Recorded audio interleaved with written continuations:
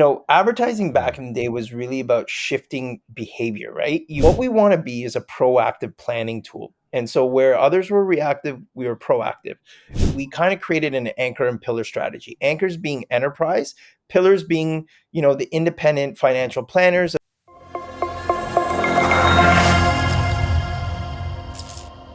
Okay, world, welcome back to another episode of Marketing on Mars. Today we have the Chief Marketing Officer and co-founder of ReadyWhen. ReadyWhen as a platform, it's kind of like estate planning made simple. Really secure software. I'm butchering the whole story. I'm pretty sure Sachin's going to be able to tell the story way better than I can. But it's a very unique platform that is it's growing very rapidly. So very excited to get Sachin on. Sachin, welcome to the show. Thank you. Pleasure to be on the show. Yeah. So the last couple of episodes, we're starting off the podcast a little bit different, going with the theme of hot topics. You're on a hot seat. We're going to be asking you tough questions that hopefully you can answer all of them. But going with this topic of hot, we're starting to dabble a little bit in hot sauce. I don't have the regular hot sauce that I usually have. I'm in a different room today. So we're going to try some Mexican hot sauce. I think this is kind of like Frank's hot sauce. It's not like really spicy. The last couple I've had, just so you know, like I've been having like Carolina Reaper hot sauce, and Yeah. it was really, really bad. Like I had to take a full minute long break. So Are I'm you just gonna doing a pour a little shot? bit. Oh, okay. All Yeah, right. I'm just gonna do a shot. It's like Okay. not a lot. Okay. I'm just gonna start it. Sachin, you don't have anything with you, right? You don't have any hot Unfortunately, I sauce in front don't of have anything in the house. As an Indian, that's horrible on my end, but we'll live with it. you. Yeah. What is your go-to sauce? Like if you were to, like, what would be a sauce that you would love to put in your food? I'm a part owner of a local cafe here in Toronto, and we actually make our own hot sauce.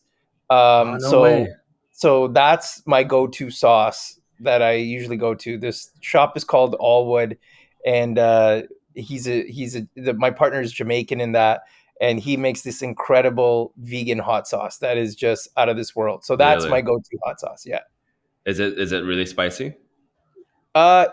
It's not killer, but we're Not starting killer. to create different spice levels. And the one I tested the other day that is like right now the hottest of the hot that we have, it's pretty killer. Okay. Let me know when you release it. I'll definitely want to Yeah. test it out. But here it goes. Starting off the show. All right.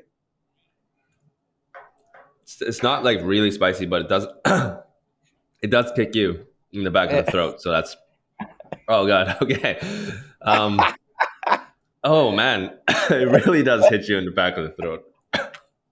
Okay. Perfect timing for me to shut up and pass it over to you. So Sachin, tell us a little bit about your journey. You've worked at a lot of organizations in the past before ReadyWhen. You Yes.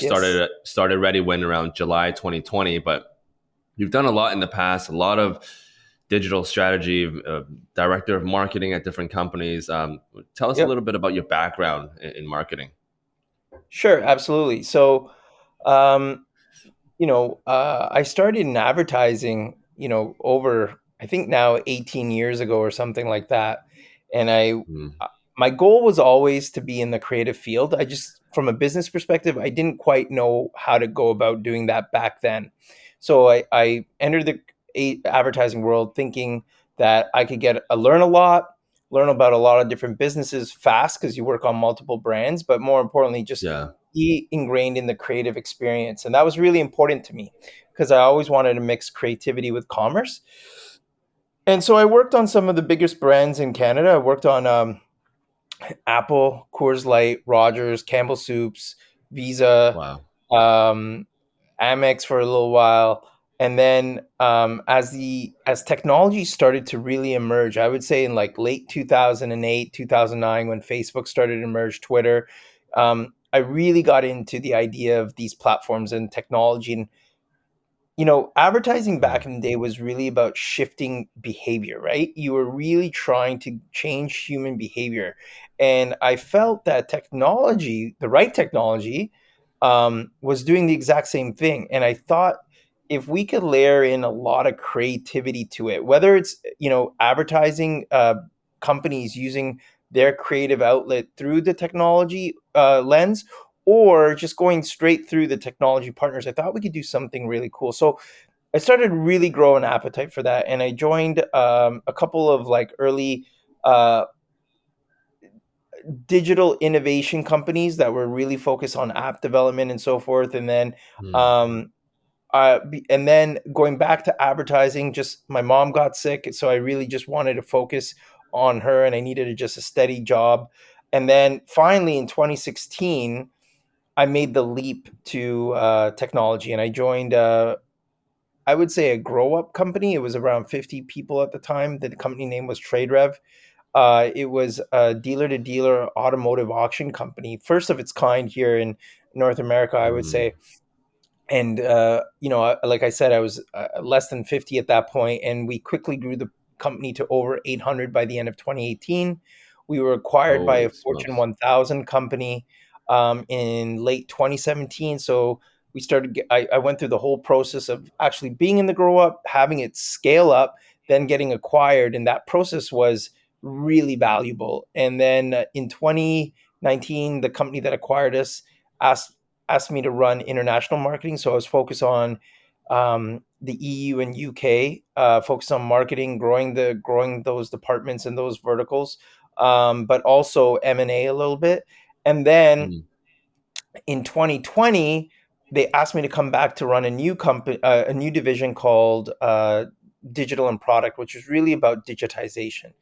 In the Mm. meantime, the founder and CEO of ReadyWhen, Jesse Bade, reached out to me in late 2019, and he had this idea. He started talking to me about this idea of simple estate planning, simple, and he mentioned a couple things that were really key.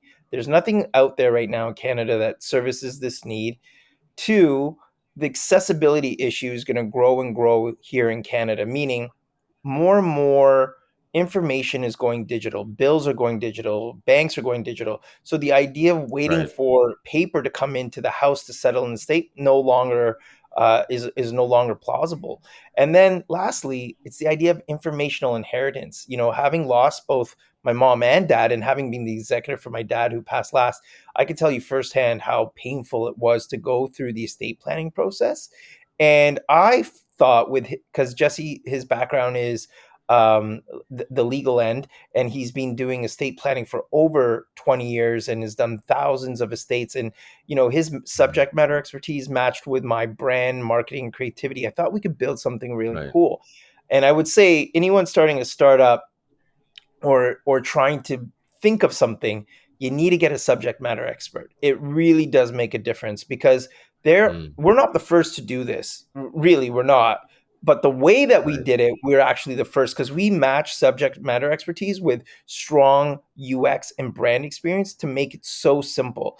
And that's the feedback that we get on ReadyWhen all the time. So we started ReadyWhen late 2019, but officially 2020. Like I would say, our first real meeting together was late February, and then COVID hit.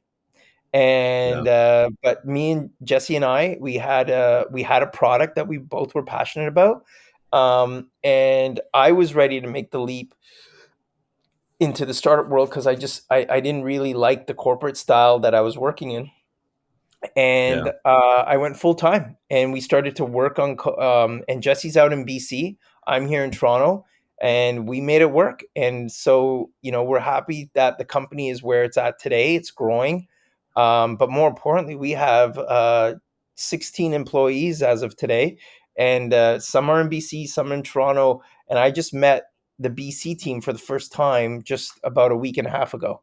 So we've been doing everything remote, and it's been a really interesting and amazing experience so far. Wow. That's amazing. First of all, thank you for the intro. A lot of information. So I'm going to unpack it a little bit here. Yeah, Let's talk a little bit about Ready When, sure. just so the audience knows what it is, and then we'll kind of step back and we'll maybe talk a little bit more about your background, or we'll dive a little bit more deeper into Ready When and how you guys have grown to where you are now. So first step, Ready When, Yep. estate planning. How has you said you're not the only company doing it, and but you guys are doing it better. How are other companies doing it today? Walk us through what is the estate planning process looks like, and how does ReadyWhen kind of revolutionize that space? Because you guys are doing something amazing. There's a lot of companies that are interested in what you're doing in this space. So you're clearly you guys are doing something different and doing it better than other people. So tell us a little bit about that. So the current estate process is cumbersome and costly and timely. It takes a lot of time to settle an estate. And if you don't have the information all in one place, it can take a lot of time, up to almost two years to settle an estate. And so what we started doing with Ready When isn't to think about death, right? And that's the scary part. And so when we talk about the other products that actually exist out there, a lot of them are reactive, meaning the person has to actually be, pass away. The executor is the one who's responsible, and it's more of an executor tool to help them figure out what to do. But no matter how you play that card, at the end of the day, the executor has to play document detective, and they have to find all that information. And that's, again, going back to the costly and timely part. So what we started thinking about ReadyWhen is, how can we solve the real core problem? And what we figured out is, we don't want to be considered a death tech tool, although ultimately that's where it will lead to. What we want to be is a proactive planning tool. And so where others were reactive, we were proactive. And what we started to focus on is, how can we encourage people to proactively complete and fill out most of their estate plan ahead of time. So, for example, myself, I'm married, I have a child as well. And I'll tell you firsthand, my wife knows where nothing is, right? And I always use my wife as a prime example. So we needed to build something where I can share my information with my wife, not so she needs it at that moment, but when she needs it, she knows exactly where to go, and it's complete. So that was kind of the premise of Ready When. We wanted to build a digital legacy management solution that is proactive in nature. But actually now it's evolved to becoming more like a life planning wallet. More informational transactions are coming through it. So you may update your will. Okay, well, make sure it goes on Ready When. You bought a house. Okay, make sure you enter that into Ready When. So we're evolving as the product sort of gains traction and we're understanding more of our user. We're not dealing with, we do have users who are elderly, but most of our users right now are around that 40 to 50 age group. So they're going to be buying more Oh homes. wow. They're going to be adding more vehicles. They're going to be renewing life insurance. So all that information needs to be part of Ready When. So what we did with Ready When is, we focused really on making it simple, secure, and fast. That's it. Even with our Yeah. onboarding, as soon as you go in, what we've done is we've structured it in a way. The vision was, let's make it as easy as possible to start, because that was one of the biggest hurdles we heard from our clients is, I don't know how to begin. I love it, but how do we begin? So we built an onboarding journey that's very similar to the way that you would choose like magazine subscriptions. So you know how when you're sort of like choosing an online magazine, it'll say, what are your interests? Are you interested in sports, music, and events, and so forth? So what we did is, we took that idea, but we housed it under the idea of estate management. And so we said, do you have insurance? Do you have wills? And so what we've done is, we've quickly said, identify what you have. It then, as soon as you've done that, it goes into your dashboard where we've created a to-do list. And then we're pushing people through Salesforce Marketing Cloud, which we embedded throughout our platform, to push and nudge people to complete different things.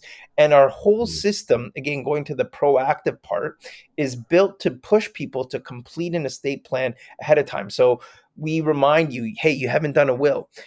We remind you that, hey, you've only done 2 or 3 items. You need to do the next thing in your plan. Or, notify them, hey, your life insurance is about to run out. So we're working on that. But the bigger play in Ready When is actually, it's two parts that I think that makes Ready When really special. One is accessibility. So we created a feature called the Teams functionality. So in Teams, I can give my family, my spouse or partner, I could give my executor, my legal professional, my financial professional access to my account. And because it's user owned, so I own it, and I could choose the parameters. So let's say before death and after death. So it's very much like a matrix. So I could say, I want my wife to see everything before I die. I could say my financial planner is only going to see my assets and legal and then nothing else. And so we've built it in a very unique way so that you choose the accessibility, you create the access, because some people might not want anyone to see anything until they pass. And that's fair and that's fine. But some people want to be a little bit more open. So we need to create that flexibility. The second feature that's really important is called ready mode. So in an after death scenario, we call that ready mode in our system. But ready mode plays a proactive and reactive functionality. In the proactive nature, users can input funeral planning. So if in Hindu culture, a lot of times there's cremation. So if I pre-bought my Yeah. cremation, I could put it in there. I could put any immediate actions, telling my wife, "Hey, my brother owes us, X amount of money. Just remember to collect it." But the most important Mm, feature I feel we've created is in memories. In memories, you can add photos, notes, or videos. And I've done this personally. I left a video for my daughter. It was one of the hardest wow. things I've ever had to do, but at the same time, Yeah. it really put in perspective everything about ReadyWhen, like why it's important to do this. It's because it's not for us, it's for them, right? Like the whole idea, like what I'm working for in life isn't for me really. It's really for my daughter and for my wife. So I want to make sure they're left with everything. So it's important to get all this information out, and we kind of have to stop the stigma around talking about death. Like we don't like to talk about it. I get it. It's a hard subject to tackle, but if we talk about preparation around it, it makes things so much easier for so many more people. But also, it actually means whatever you've worked for, your legacy is going to the right people too when the inevitable actually happens. Okay. Wow. Okay. So let's just let's get into this. Obviously, a lot of information. We're at Yep. 17 minutes. I want to make sure, as the listeners are listening, there's a Eh, lot to get into. But let's. I'm gonna do rapid fire, Sure. and just like answer as quickly as you can. How many users are on the platform right now? So we have over 4,000 users right now on the platform, Okay. with 5,500 plus prepaid licenses. So two separate Wow. numbers, because those users are going to start getting onboarded very soon as those enterprise partners create campaigns and as they start to Yeah. roll out over the course of this year. Wow. And okay, so as you look towards because you've only been active for the last 2 years, right? Two years. Yeah, I would say we've been around since 2020, but I would say this is our first full year of activity. So in 1 year, almost 5,500 paid users Nope. or No, subscriptions. 3,000 plus paid users as of, oh, sorry, 4,000 3,000 plus, 4,000 plus paid users at this time, 5,500 paid licenses that are about to get onboarded licenses. soon. Yeah. Got it. So when you look at those, what was some of the keys to success there? Like how were, let's call it the Yep. first 50, because usually the first 50, Yeah. that's the hardest, and then it kind of grows exponentially from there. Like how did you Yep. get those first 50 users? So, so our model our go to market strategy model is B2B to C. We know that people are going to be hesitant around putting this type of information in a platform that they've never heard of. We're a new entry. We get it. Absolutely. So, but if we decided early on that if we kind of created an anchor and pillar strategy. Anchors being enterprise, pillars being, the independent financial planners, advisors, legal professionals that we could do that. If we went through those channels and a lawyer told their client to use this, the trust that just comes from that endorsement is huge. And then also from an Mm, enterprise level, if we could get the right players like Prosper by Sun Life or the Manulifes of the world, there's some instantaneous trust there. And we knew to do that. So when you're saying the first 50, yeah, we've sold 50 licenses. It came through financial planners, through the legal professionals and so forth, but the bulk licenses are coming through the enterprise level, and that's the angle that we want to take down the road is, how can we help the enterprises consolidate information, create an experience where the data is actually user owned, which is really important in this day and age around data, and make sure that the experience is as simple as possible for the user, for their Yeah. clients and our users. So Sun Life Financial is one of those enterprises. Are there other Prosper by Sun enterprise? Life.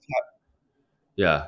So are Yeah. there other organizations that or like big enterprises that ReadyWhen has worked with in the last year So or just again, having this being our first true year of sales, Prosper by Sun Life yeah, opened a lot of doors for us, right? That was the first one that came absolutely. on board in early Q2 of this year. Hmm. Since then, we have added Manulife. We are working with the league. We're working with some big MGAs as well. And there's a lot more enterprise conversation happening that we're going to be able to announce later this year. Wow, that's amazing. 1 year of real activity in marketing and closing a big enterprise like Sun Life Financial. For any organizations that where B2B to C is the main channel, what would you advise them? Like, what was the key to you guys closing such a big enterprise, Yeah. such a big partnership? Yep. Great question. So for us, it was really about using our network. And I would recommend this to anyone is finding out your the way to the top, the way to the C-suite level that provides the least amount of obstacles. That is the fastest way. And I think that's pretty obvious. However, that's what we did with Sun Life. We were able to leverage a very close friend of mine.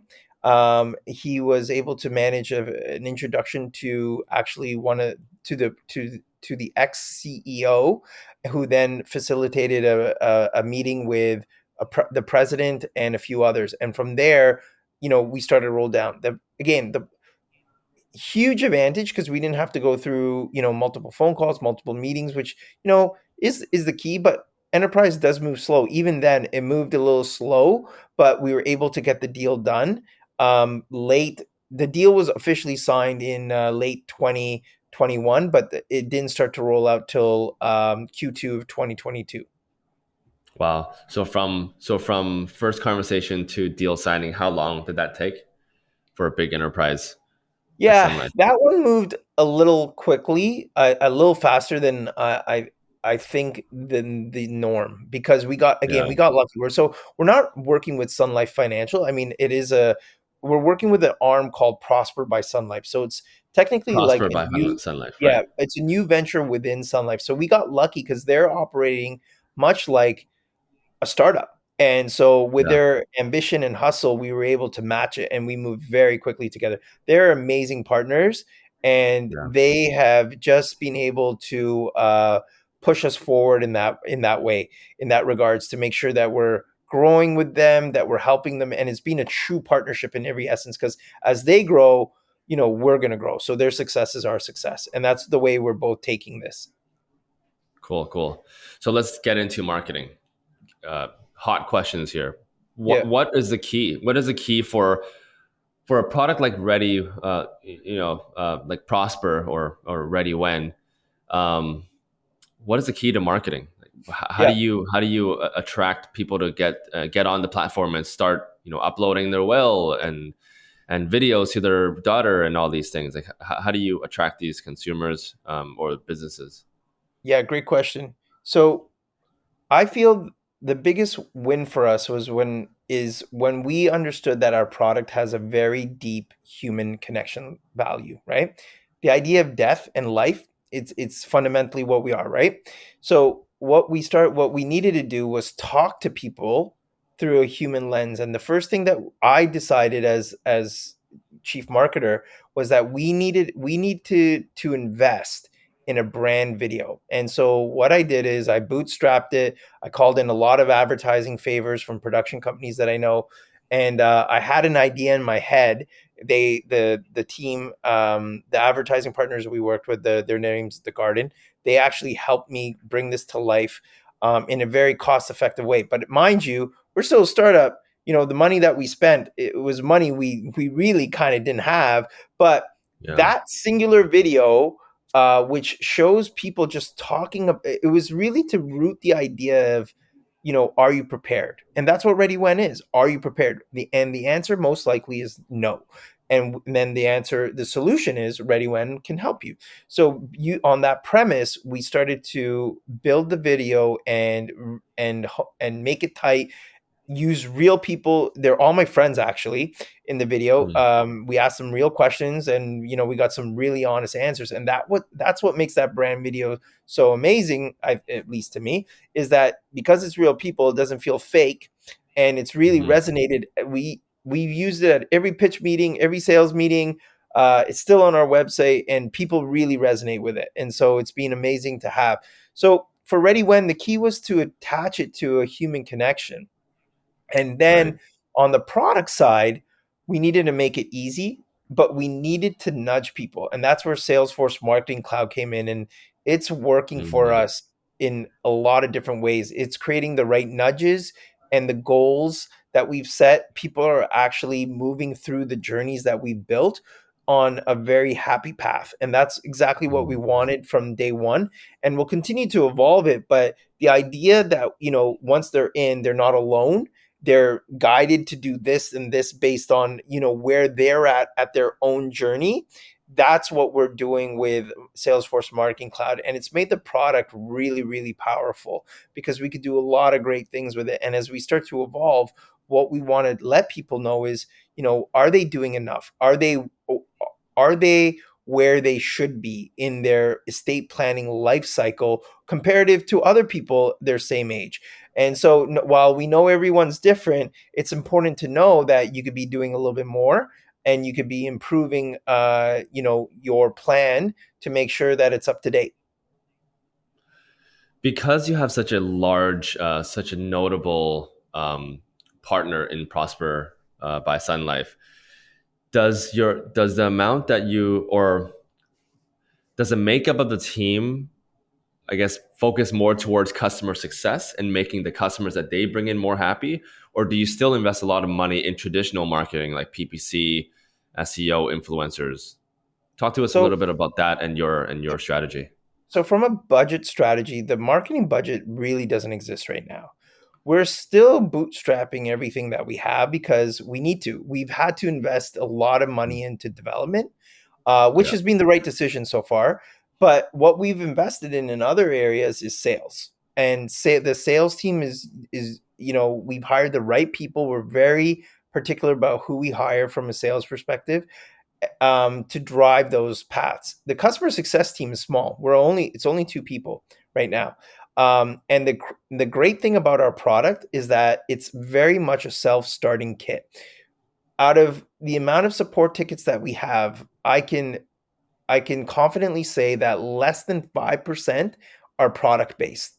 Because we have two-factor Mm. authentication, our security is very high. A lot of times people are just like, I've been locked out. How can I get back in? I forgot my login and so forth. Those are Mm. easy problems to solve. We're not getting a lot of like, how do I do this? How do I not do this? So people are doing it.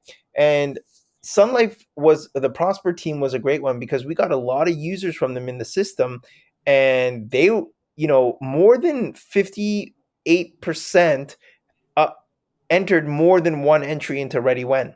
So they're using it on their own. It was Mm. self-started, self-guided. So the product is game. Going back to the simple, secure, fast strategy that we have, it seems to be Right. working for us, and we'll be continuing to evolve the product under those three keywords. Yeah. So traditional marketing basically non-existent. So not really thinking about any of the influencers, for example, Down the um, road, 100%, I PPC. do wanna do that.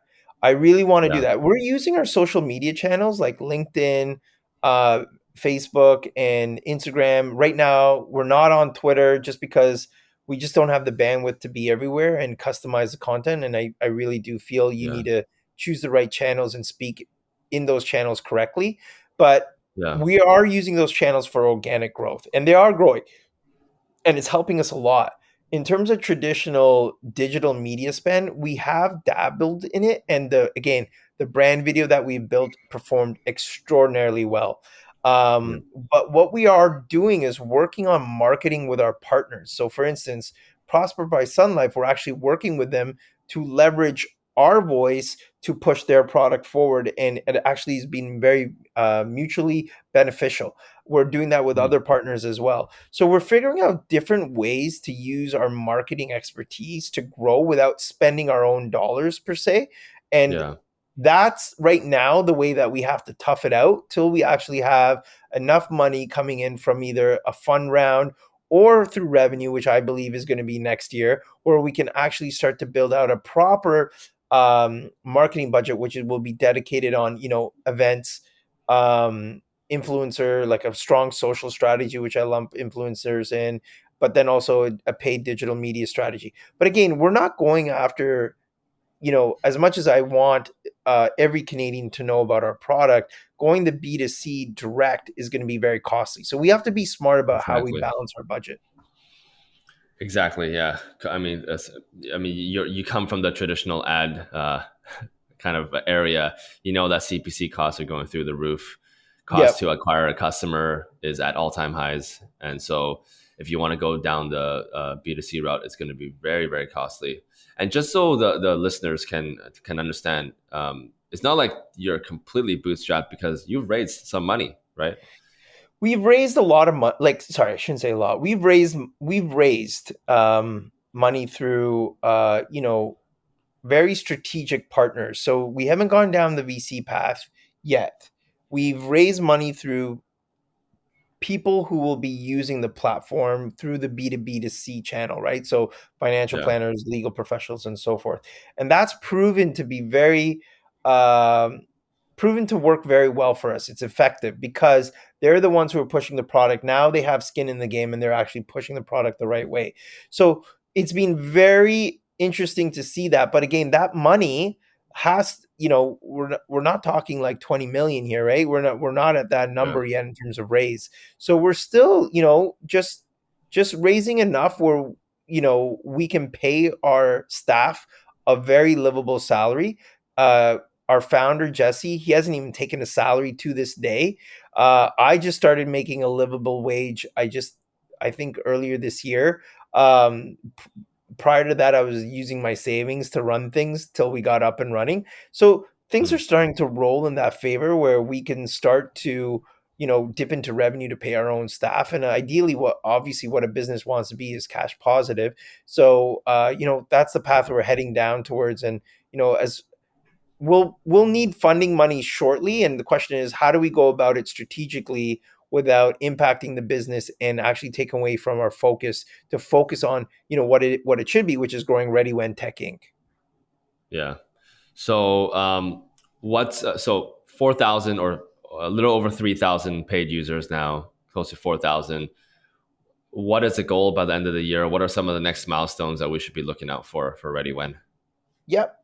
So the goal for the end of the year right now is to grow to about 10,000 user base for the paid user base by the end of the year. Um, we also want to bring on about, I would say, three key anchor pillars, anchor partners. With that would drive volume for 2023. And that's what we're really focused on is where can we go in 2023? How can we grow the business? For us right now, we're proving a difficult thesis. No one thought that a product like this would work when we were talking about Ready When early on, and proving a lot of we're proving a lot of people wrong, which is great. But the question now becomes is, as we're selling licenses, how are we managing, renewals? How are we managing the churn? How are we managing making sure that, the cost per customer is in a place where we can actually afford it? How are we growing this team? Yeah. What do we need to build next? How do we evolve things? And quite honestly, how do we make things as simple, as secure, and fast as possible? So we're continuously thinking about things of how we want to invest back into the company, whether that's through employees, whether that's through marketing strategy and marketing resources. We got to figure that out as well. Yeah. Well, thank you so much, Sachin, for joining. It's been an absolute pleasure. ReadyWhen is really innovative technology, I gotta say. And for people that are interested, we will be including the URL in the show notes. But really looking forward to our next conversation. Hopefully, we'll see some pretty big numbers by then. And thank you so much for dropping by. Next time, we'll have to try some of your hot sauce for sure. Absolutely. Thank you for having me.